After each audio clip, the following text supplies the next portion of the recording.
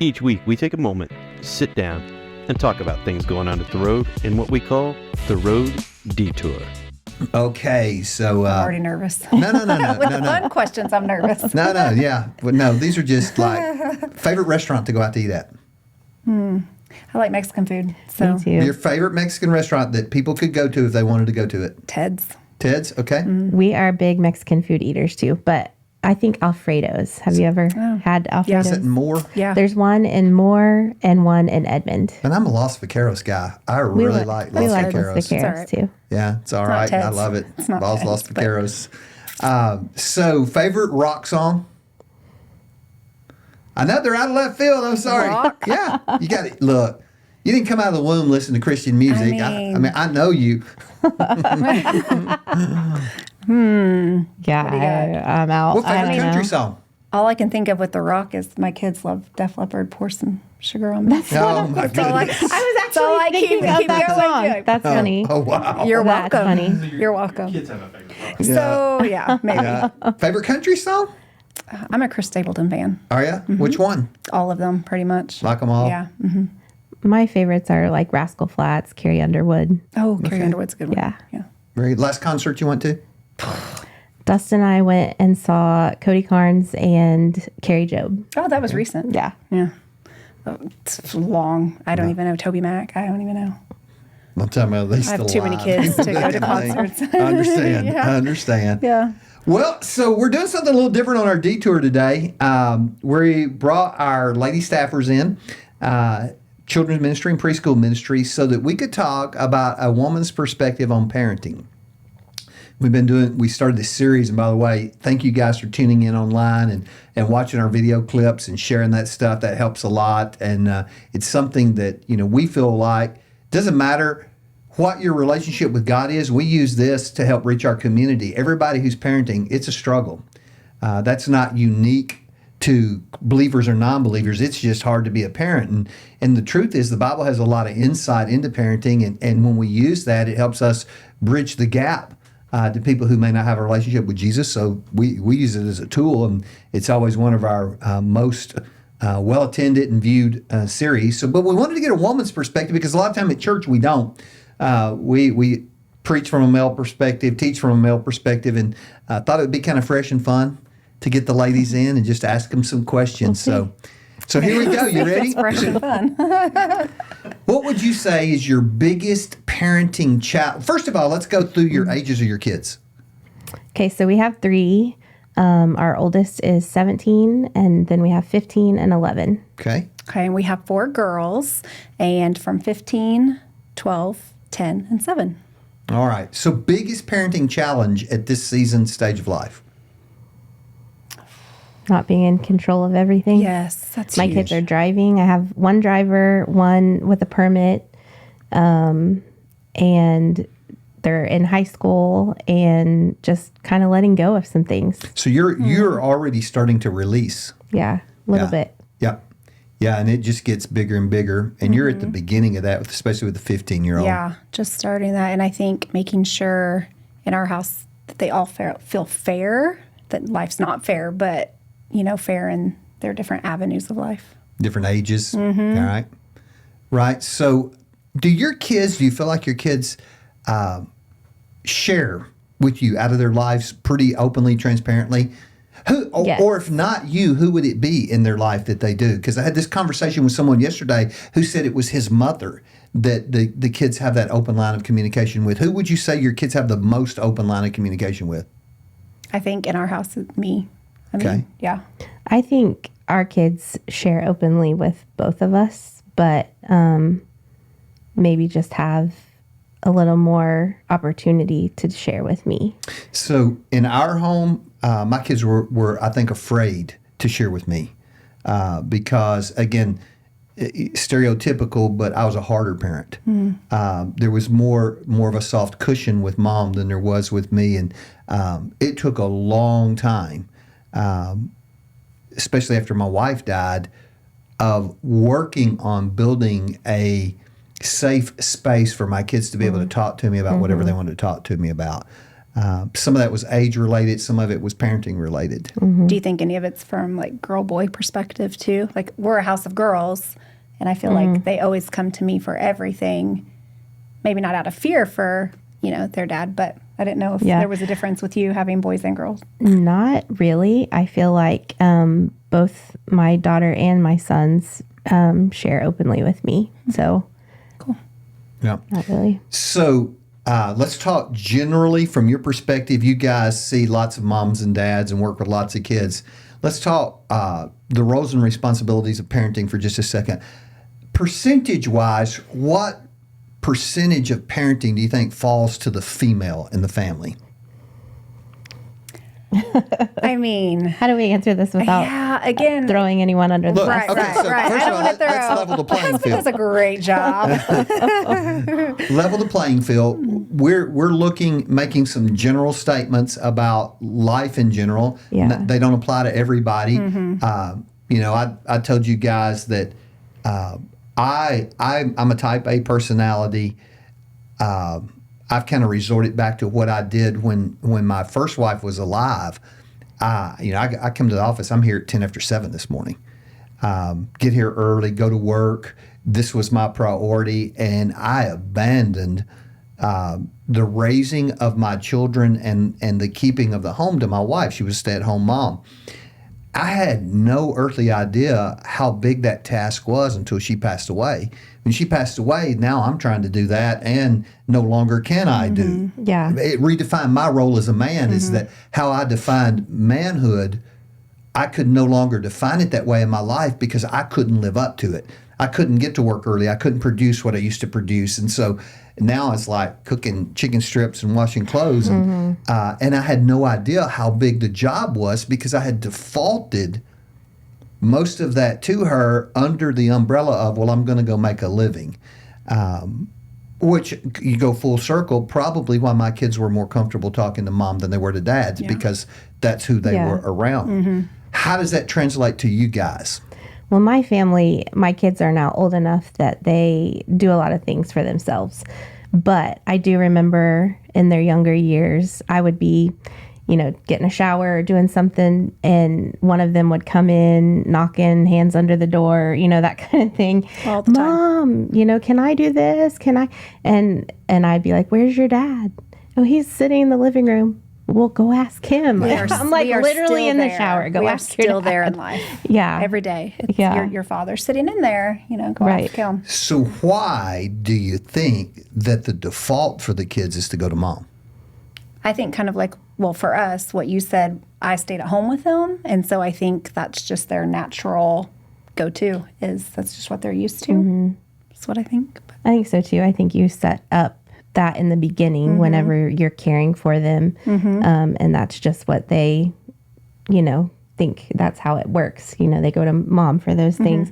But I do think in the same way, because sometimes that can wear you out as a mom. You're tired, you're exasperated. I found that sometimes Dustin would have more patience with them than at the end of the day. Absolutely. If somebody needed to talk something out or something needed to be dealt with, sometimes he could come in and have a fresh perspective and more patience with them than I did. It's good. Talk discipline for just a minute. And there's no generic way to ask this one. Who's the good cop? Who's the bad cop at the house? And who brings the hammer? And who brings the pillow, the softness? Yeah. I truly think we do a good job at, both doing at different times. But I think we also have had the conversation where I've been the bad cop so much lately, or You're whatever. saying as a mom? As a mom, and then, or he'll come in and say, the past, couple of days, I feel like I've just gotten on to them. And so I think there's different times where he feels like he's been the bad cop more, or I do. But I do think it goes back to them always coming more to the mom. I feel like maybe I do it a little bit more on the discipline side, only just because that's who. Proximity. Yeah. Definitely a tag team for us, but probably I would say it would be me more in the smaller things daily, but those bigger moments or things that That's accumulate is then when Dustin, would come 'cause in. Ty will And come home and he'll see stuff that I haven't seen that he'll get it. And I hadn't seen that because I've been on the smaller things. Okay. Very good. Very good. So let's talk about, again, generically now, not specifically. We're going to have a lot of wives and husbands that'll watch this, and they're looking to survive. One of our young ladies, young mom, shared our message from Sunday, and she said, "For all my friends in the trenches." Well, for the people that are in the trenches, what would be something that the husbands or the men in their life could do that would bless them, provide them that moment to breathe, to regroup, to be healthy? That's a good word. To be healthy as a mom, to have the space and the margin to be able to respond and not react, right? That's a big challenge for parents, is like, man, you push my button and I'm reacting. I did not respond. What could men do that would make the home a better place? I mean, I'm just thinking about those times like I need to shower, I just need to go. And he's very quick to say, you guys leave mom alone for a little bit. Just even little small things like that. Seeing me, go outside to do something. Hey, you guys just leave her alone for a few minutes. Taking that, distracting them. Yeah. How hard do you think it is to get stuff done with 4 kids? Well, it's one of those things, you do it and you turn around to go to the next room and you come back and what you just did is undone. So my wife says that about the kitchen. It's constant. Oh, the kitchen is She constant. hates the kitchen. Yes. Yep. Because you get it clean and immediately Absolutely. it's unclean. I always go back to that old meme I saw one time that said, cleaning your house with kids in the house is like brushing your teeth while you're eating Oreos. That's a great picture. Yeah. It's not pretty, but it's a great picture. So true. It is so true. Yeah. And I've told Dustin too, just to be blunt, he's never more attractive to me than when he's like vacuuming or cleaning the toilet or something, because Helping. And just doing it without us asking. Yeah. I came home, was it yesterday, the day before, and the kitchen was clean. I thought, Yes. that's a big help. For sure. Not having to ask. Very good. Very good. I had a question I wanted to ask you, and I got lost in the answers y'all were giving and forgot what it was. So we've talked discipline. We've talked about how to be a blessing. What's your biggest fear moving forward as a parent from where you are? I feel like, again, I think it goes back to control is an issue for me, maybe. But I feel like we've had it pretty good so far. My kids, I can't complain. They're not perfect. None of us are. But we are really blessed. And so just the future and the unknown, I think. Okay. That's good. Doing something that's going to traumatize them. They look back and, I can't believe you did this. Hey, tell them to start saving their money for therapy now. Listen. Right? Oh, man. But Put some money in a bank. This is your therapy money. This is your therapy money. Put in a piggy bank for them. Whatever I caused, here you go. There you go. Yeah. Don't call me. Go to see a therapist. So, in your kid's life, how tight a reins do you keep on things like social media, media in general, culture in general? How tight are the boundaries in the lives of your kids? And I know we've got from 17 down to 7. So how do you make those decisions, and what do they look like for you guys personally? So my kids, only the 2 oldest have phones. Actually, the second has more of a watch situation, but no social media. In phones and texting, we read over them every night and go through their phones to make sure, and they know that. You read over your kids' phones. Are messages, are they sent to you, or do you physically take their phone? We take their phones. Their phone has to stay in the kitchen. Every now and then we let them in the living room, but they don't go to the bedrooms. They don't go to the bathroom. So they just stay a quick in the question, because I'm a devious, sinful man. How do you know they haven't deleted anything? I mean, we don't. We just try to have open communication, Okay. and that was the deal up front. And we may have told them that, even the deletes don't delete, and we see them on our phone. All the things, but we try to monitor it. Okay, so no social media. What music do you go, this is okay, this is not okay, or do you monitor music? Look, there's not. I'm not trying to. Obviously they're not with us 8 hours a day when they're at school, and then even beyond that with sports. We're going to go there in a minute. Yeah, but we're pretty open in what we know what the kids like and what they listen to. But as far as right, all that, I don't know. Our older two have phones and access to social media. We did not let them have social media, I think, until they were 15. I think my oldest was 16.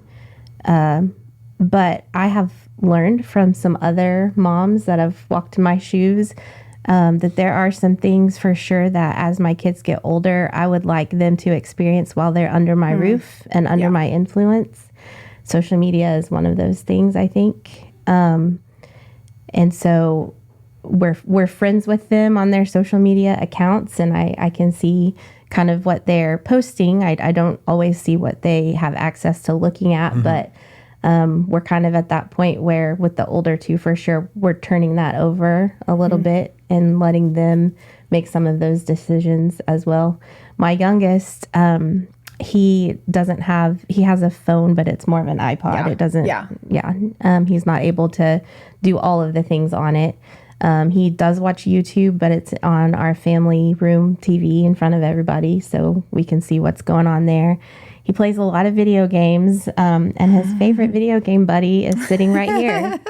right. So I feel like I'm pretty safe there. He has limits on who he is able to interact with when he's playing video games. It has to be someone he knows. So you guys are doing what a typical parent would do, monitoring, doing your best to control. So this one gets a little more complicated, especially with your older kids.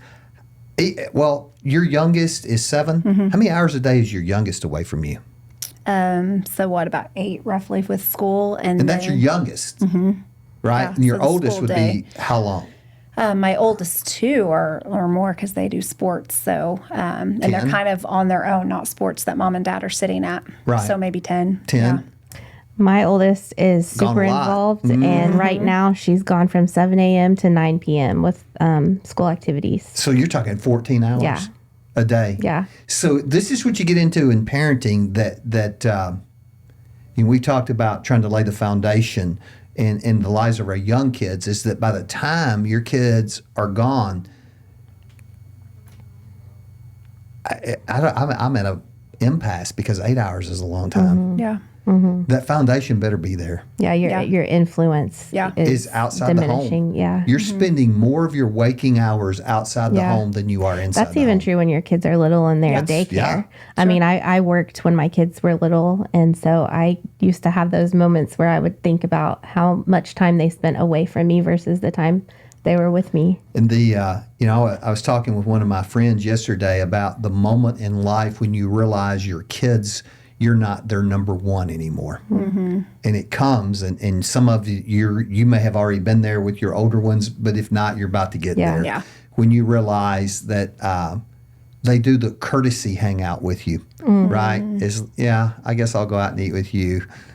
And you're like, what? It used to be like, oh, I get to go out and eat Still with you. cool. Yeah, I know. I know. Hang out with me. And one of the things my wife taught me, Stephanie, my wife, was that because I grieve some of that stuff. Yeah. I love being with my kids, and I grieved it when they were making choices to not be with me, especially when they went to college, and it was like, it went from come home every weekend to come home seldom to come home not at all.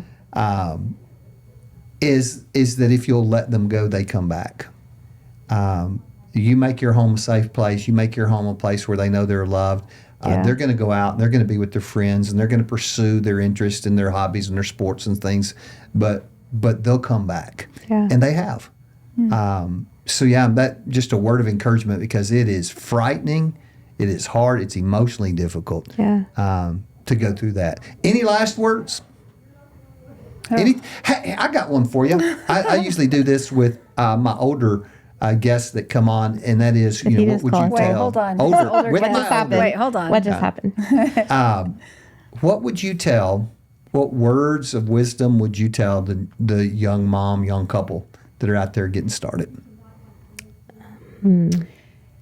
I mean, I think soak in all the time, your time with them when they're young, lay the foundation, but give yourself grace in, you're learning too as a parent. So I think one of the things that you said earlier about just making sure that you're a safe place for your kids to land, that you're not, if they come to you and share something with you, you have to kind of regulate yourself sometimes not to be shocked, not to overreact, because they're not ever going to come back and share anything with you again. So just trying to be calm and be a good listener sometimes. I think that,